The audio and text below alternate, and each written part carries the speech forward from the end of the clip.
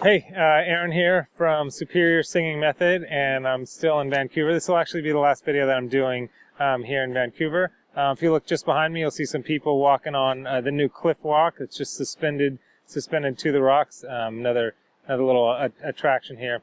Right now, I'm still in the series about the psychology of being a singer, and this is all in conjunction with the book that I'm writing right now. And right now, this video I'm going to call "What a Racket." So I want to talk a little bit about rackets. And this, this is just going to be a quick, like 5 or 6 minute video or whatever. So this is a much more, this is a much deeper issue. So in the chapter, it'll explain a lot more, but I want to at least touch it here to help you kind of get an idea of how to, another way to get unstuck in your life and move toward your goals, toward your vision, toward your dream.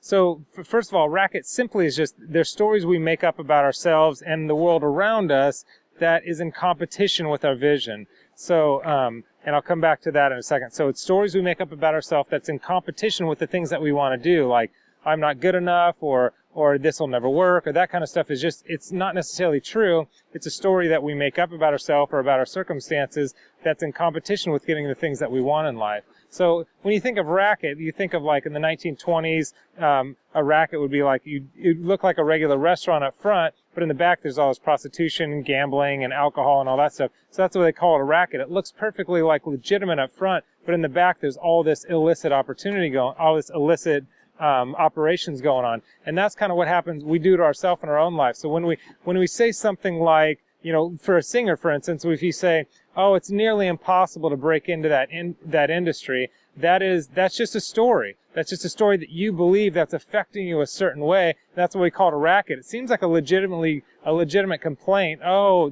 but there's all this stuff going on in the background. There's a reason why we use these rackets and why we use these complaints in order to keep us stuck on purpose. Now, I know that sounds a little crazy, but let's just break it down really quick.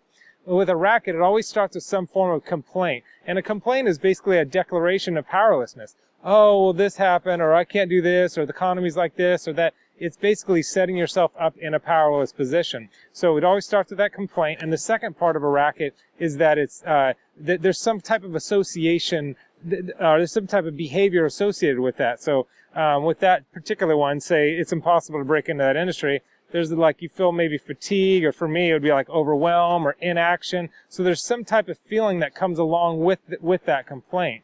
And then the third part of it, there's always some payoffs that we're getting out of using these complaints. So a payoff for me if I were having that complaint is I wouldn't have to work hard toward my vision. I have an excuse not to pursue it. I don't have to go after something and experience any type of failure. I don't have to look like a failure. I don't have to look dumb. I don't have to be ashamed. Like there's all these things that we're getting out of using these complaints that we don't realize are what's going on. And the fourth part is like there's a cost to all this, and the costs are major. If I don't pursue my dreams, the costs are like I don't ever accomplish my dreams. I have less passion and less life in my own life. There's all kinds of costs. I don't ever get to experience the things that I really want to experience in life, all the joys and the ups and downs of really going after and pursuing my dream. So you see, it's more complex than just, hey, here's a complaint that I have, and that's it. There's much more going on in the background in our mind that we're saying. So when you have a complaint, what's good about knowing what rackets you have, because we all have a bunch of rackets,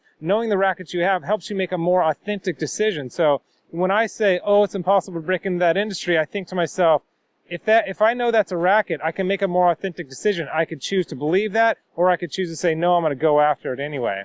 So my question is, what complaints do you have? What complaints can you get rid of and say, I'm not going to have this complaint anymore? There's an improv game called New Choice where you go up and you perform some scene and you like make a choice about a character, and the teacher keeps going, new choice, and then you like do something else, and they go, new choice, and you do something else.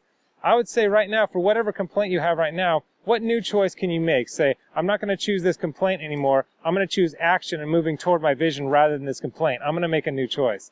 So that's a little tidbit on rackets. Hopefully that's helpful. If you click the link below, you can get my #1 favorite vocal exercise, or if you click right here, and that's where you can find Superior Singing Method and all the how-to sing type of vocal exercises and courses to help you reach that dream of singing. So that's it for me here in Vancouver. I hope you've enjoyed these videos. I'm Aaron, and from Superior Singing Method.